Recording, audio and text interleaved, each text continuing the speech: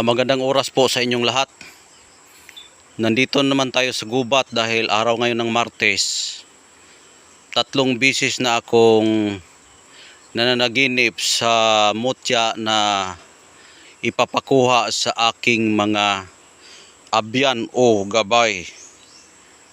Kaya pumunta ako dito sa gubat para hanapin ko ang mutya na kanilang binibigay. Kaya nandito ako ngayon, nagla-live tayo. Bibidyohan natin para masaksihan natin ang mga kalikasan na nagbibigay mutya o minerals na galing sa kanila mismo ng kanilang mga puno na bato o mutya na ibibigay sa atin. Pero bago ko sisimulan ang aking pag-video at paghahanap ng aking mutya ay titingnan natin yung lugar na kung saan tayo ay nandirito.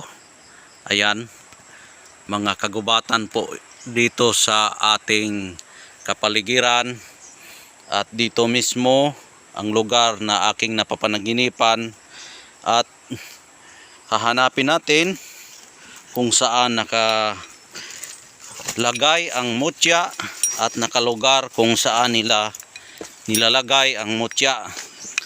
Pero bago ko ito i-video ay huwag makalimot na mag-share sa ating video para makita sa lahat ng ating mga followers at mga viewers, ating mga silent viewers, na ang ating mutya ay tunay, na hindi ito script at walang halong biro itong ating mutya.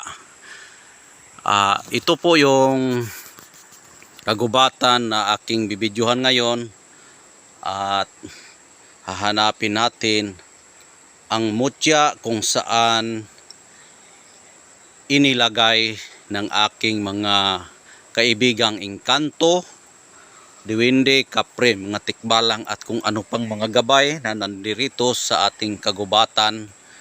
Napapansin nyo, malalaki po yung puno ng kahoy. Ayan po yung puno ng mga kalikasan na nandirito. Yan po yung mga puno dito. Ayan, napapansin nyo may mga bunga dyan. Yan, mga bunga po yan.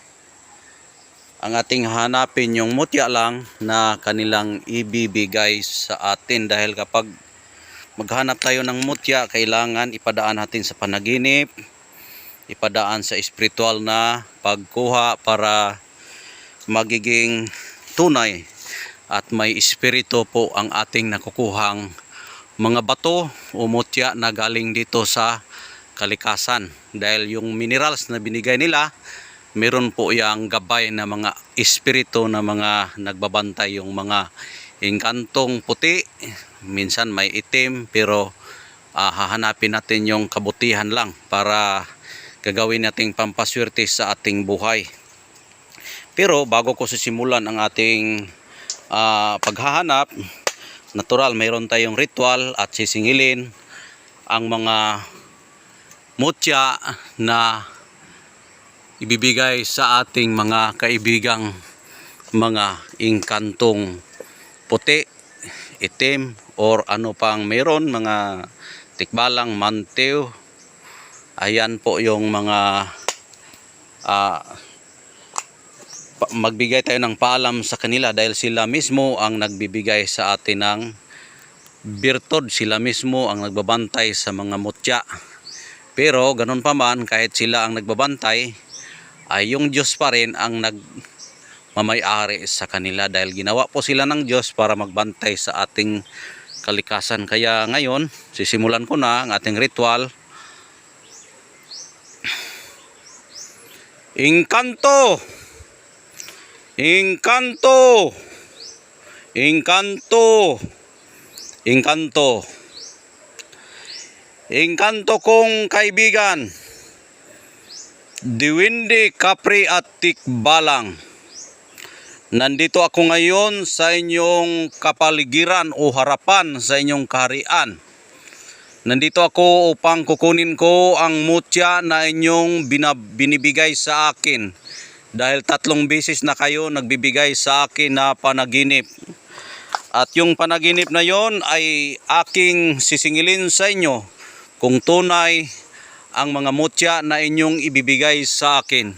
Dahil hindi ako manguha ng mutya na pinupulot lang sa karagatan, pinupulot sa tabi ng ilog, tabi ng dagat, ay hindi po yan tunay na mutya. Dahil po ang tunay na mutya ay bigay ninyo na mga gabay sa mga espiritong hindi natin makikita. Kayo po ang nagmamayari sa mga kalikasan na nagbabantay sa mga kahoy, mga halaman na nandirito. Alam kong nakikinig kayo sa akin at sana huwag ninyo akong biguin kung ito man ay inyong ibigay sa akin.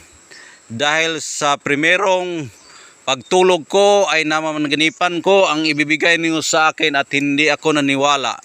Naghihintay lang ako na 3 beses na aking mapapanaginipan ang inyong ibibigay. Saka na ako maniniwala sa inyo at kukunin kung saan ninyo ilalagay ang mutya dito sa kapaligiran o kagubatan.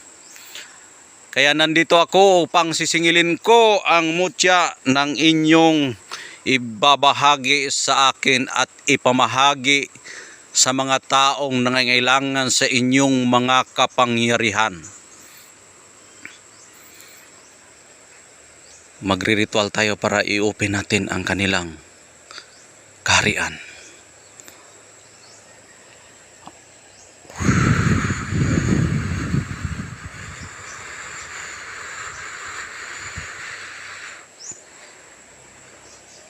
Abri Piriglum, Diyos Igusom.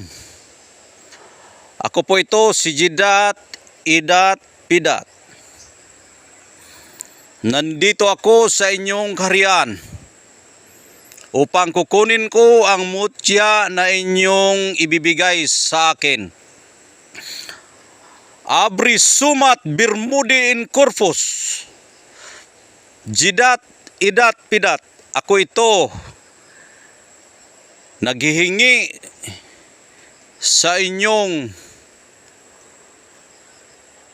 grasya na ibibigay sa akin. At tutuparin ko ngayon na aking kukunin ang mutya na ibinigay ninyo sa aking panaginip. At hindi ako naniniwala sa isang panaginip lamang, kundi 3 beses ko ito mapapanaginipan ang mutya na inyong ibibigay sa akin. At maraming beses na inyo akong binigyan at hindi nyo ako binigo. Sana ngayon ay hindi nyo ako bibiguin. Dahil nandito po tayo, nakabidyo po tayo. Kaya gusto ko na masaksihan sa lahat ng mga tao na tumitingin sa aking video ngayon. Abri Sumat Birmudi in Corpus. Ako ito si Jidat Idat Pidat.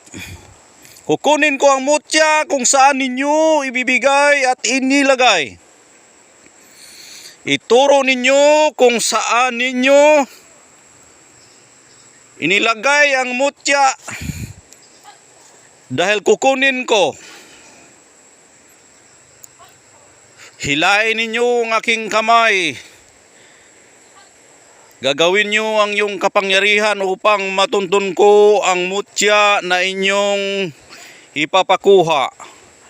Ang vibration sa hangin at kuryente ng inyong power. Hilain nyo sa hangin ang aking kamay kung saan ninyo inilagay. Doon. Sige, puntahan ko. Hilain ninyo ang aking kamay. Sige, susunod ako.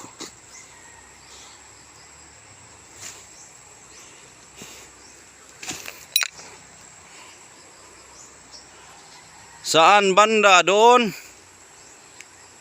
Doon sa taas? Sige, pupuntahan ko.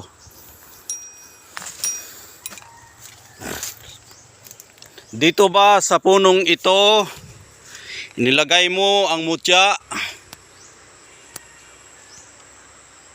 O sige. Ano yung nasa itaas? Bagin. Bagin po yan. O sige, kung nandyan ninyo inilagay sa bagin, ang mutya ay aking hahanapin. Basta nandito lang yun sa baging, di ba? O sige, hahanapin ko. Dito daw sa baging nilagay. Tingnan natin ha.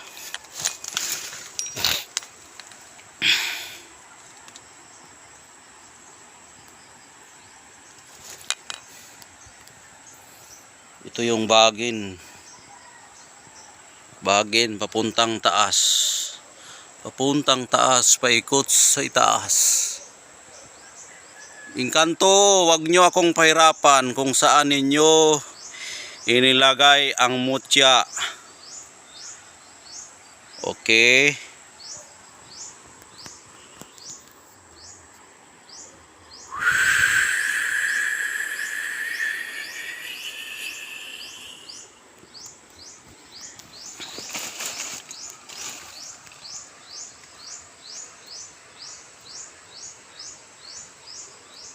Oh, parang may nakikita na ako, kaibigan. Parang may nakikita akong kakaiba.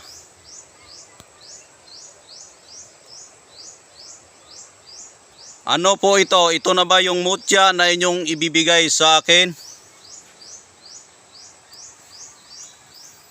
Ayan po. Kukunin ko na ba ito? Sige, kukunin ko na ito. Oh. Wow. Wow, may pungango.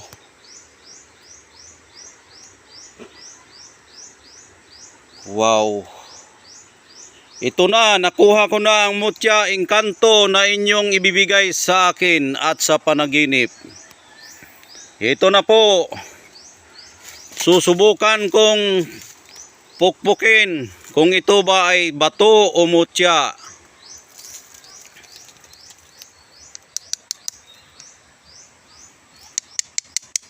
Bato nga. Bato nga. At maraming salamat sa inyo na ibinigay ninyong mutya sa akin, mga kaibigan kong engkanto. At ito na po ang mutya na aking nakuha na inyong ibinigay sa akin.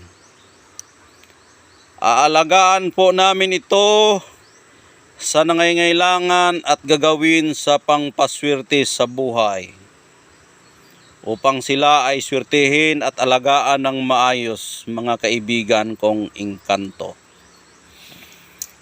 At hindi na ako magtagal, kaibigan kong engkanto. Magpaalam na ako. Sira Periglum, Diyos Igosom, Jidat Idat Pidat. Walang ibang makakuha sa mga mutya kundi ako lamang, si Jidat Idat Pidat. Kaya isiranan ninyo ang inyong kaharian.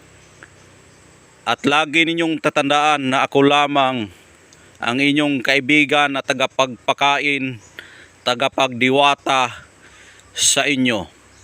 At bigyan nyo ako ng mensahe o salita na panaginip na kung kailan kayo kakain para ibibigay ko sa inyo.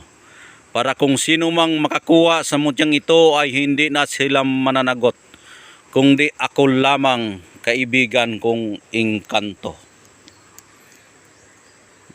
O sige, magpunta na ako, uwi na ako, kaibigan. Ayan na po. Maraming salamat. Ayan, binigay na sa atin yung mutya. Yan. Kung napapansin niyo yung dito oh, bagin po yan. Ito po yung mutya oh. Ayan. Kaya hanggang dito na lang po. Maraming salamat sa aking mga followers. Solid na aking mga followers at silent viewers. Maraming salamat. God bless po sa inyong lahat. Naway patnubayan po lagi tayo sa ating Panginoong Diyos. Bye bye. God bless po sa inyong lahat.